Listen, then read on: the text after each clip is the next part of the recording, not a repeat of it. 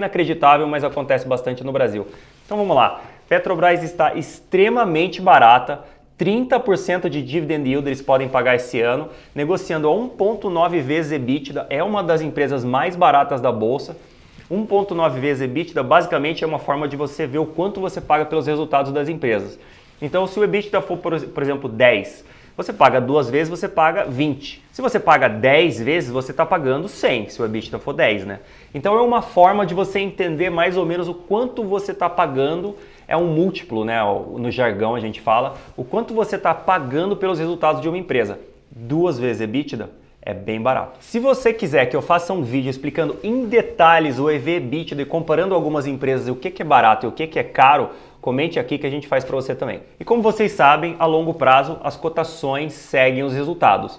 As empresas ou as ações sobem a longo prazo porque seus resultados sobem. E a gente vê perfeitamente aqui no gráfico como a linha branca Petrobras 4, né, no mercado, e a linha azul, o EBITDA de Petrobras, seguem um ao outro o tempo inteiro. Então as cotações de Petrobras seguem os resultados de Petrobras a longo prazo. Então nosso foco vai sempre ser olhar os resultados das empresas e procurar as empresas que tenham os melhores resultados de longo prazo, porque as cotações vão seguir os resultados para cima. Essa é toda a ideia. Então vamos lá. Quem é a Petrobras, né? A Petrobras é uma empresa que tem 3 segmentos principais: exploração e produção, refino e gás.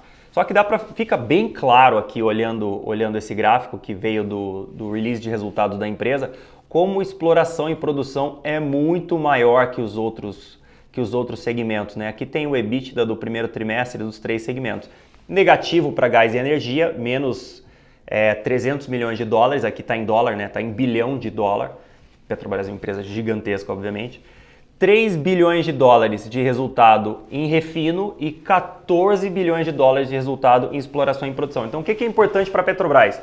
O que é responsável por 80% do resultado de Petrobras? Exploração e produção, que é o quê? Tirar petróleo do fundo do oceano, né? Também um pouco de terra e tal, mas a maioria do fundo do oceano. Isso é o principal para a Petrobras. Então, a longo prazo, o que é importante para a Petrobras? Tirar mais petróleo do fundo do oceano ou de qualquer outro lugar que queira encontrar petróleo, né? E a gente analisou o crescimento do volume de produção de Petrobras entre 2009 e 2022, mais ou menos 12 anos, teve um crescimento total de 11%, de somente 11%. E você vê aqui como o crescimento está bem de lado, ou a produção, né, está bem de lado desde 2009. Esse, pra gente, é o grande problema de Petrobras.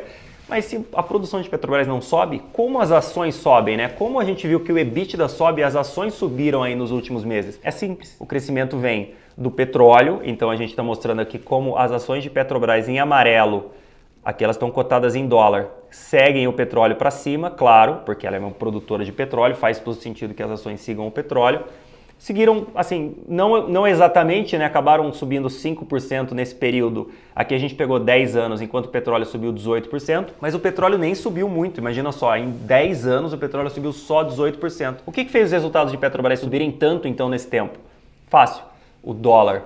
O petróleo é dolarizado, então a Petrobras tem o seu resultado também dolarizado, já que ela vende petróleo em dólar. Ela repassa o preço do petróleo em dólar. Deveria repassar mais, né? Mas o Congresso não deixa que ela repasse tão rapidamente.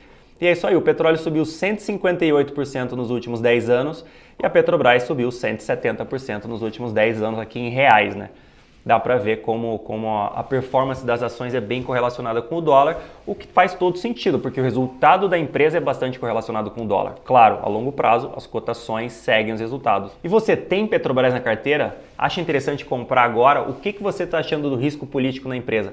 Comenta aqui embaixo que eu quero saber. Mas então qual o grande problema de Petrobras? Ela não tem um grande aumento do volume de produção. Quando você compra Petrobras, você está comprando o preço do petróleo. Você está simplesmente apostando que o petróleo vai subir ou que o dólar vai subir. Mas o petróleo já subiu, pode até subir mais com a guerra da Ucrânia, né? As sanções contra a Rússia. A Rússia é o segundo maior produtor mundial. Imagino que o petróleo suba assim.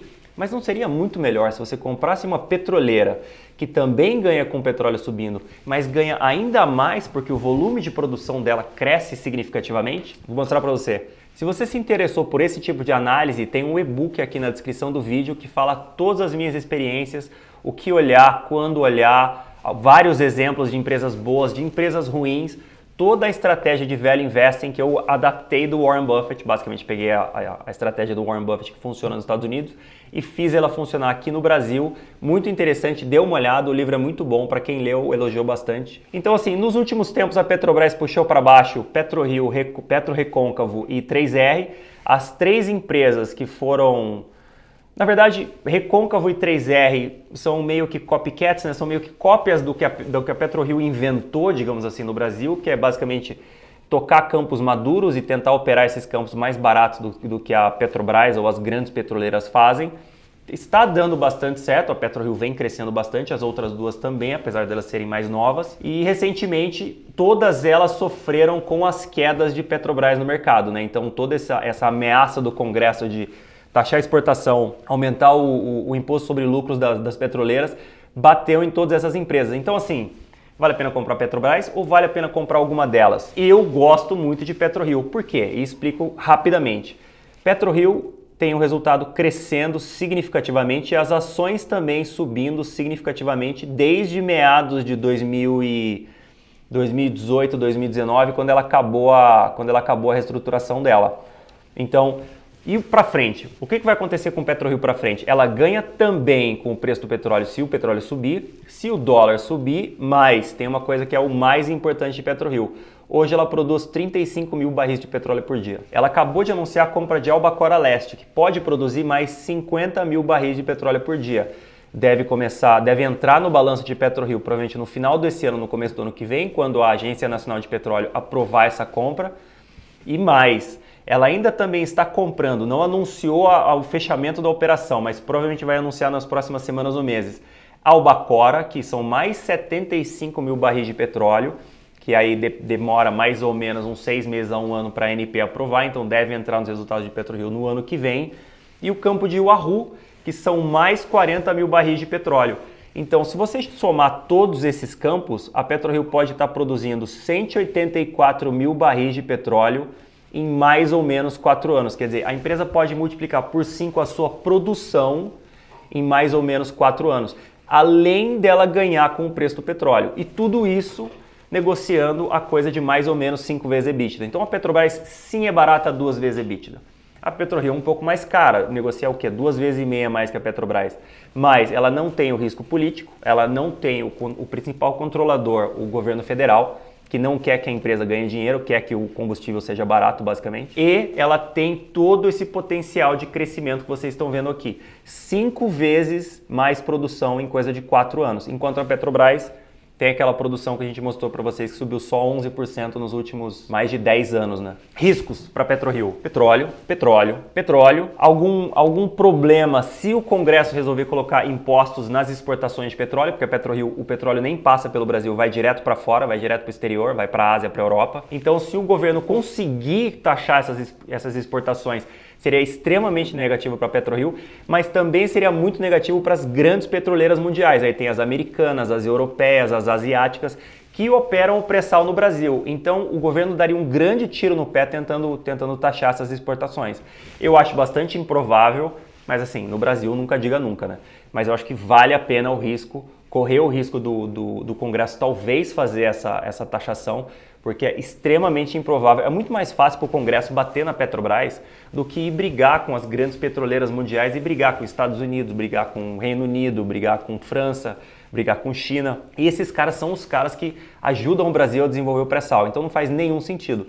Último risco de PetroRio, execução, que é basicamente eles conseguirem furar os poços lá no fundo do mar, comprar os campos que eles vão comprar das grandes petroleiras, né? O Albacora, por exemplo, eles estão comprando da Petrobras. E é isso. A longo prazo, cotações seguem os resultados. Os resultados de PetroRio têm uma dinâmica de crescimento muito, muito forte para os próximos anos. Vem tendo uma dinâmica muito forte, as ações subiram por causa disso e provavelmente continuarão tendo uma dinâmica muito forte nos próximos anos. Diferente de Petrobras, que não consegue crescer o volume de produção.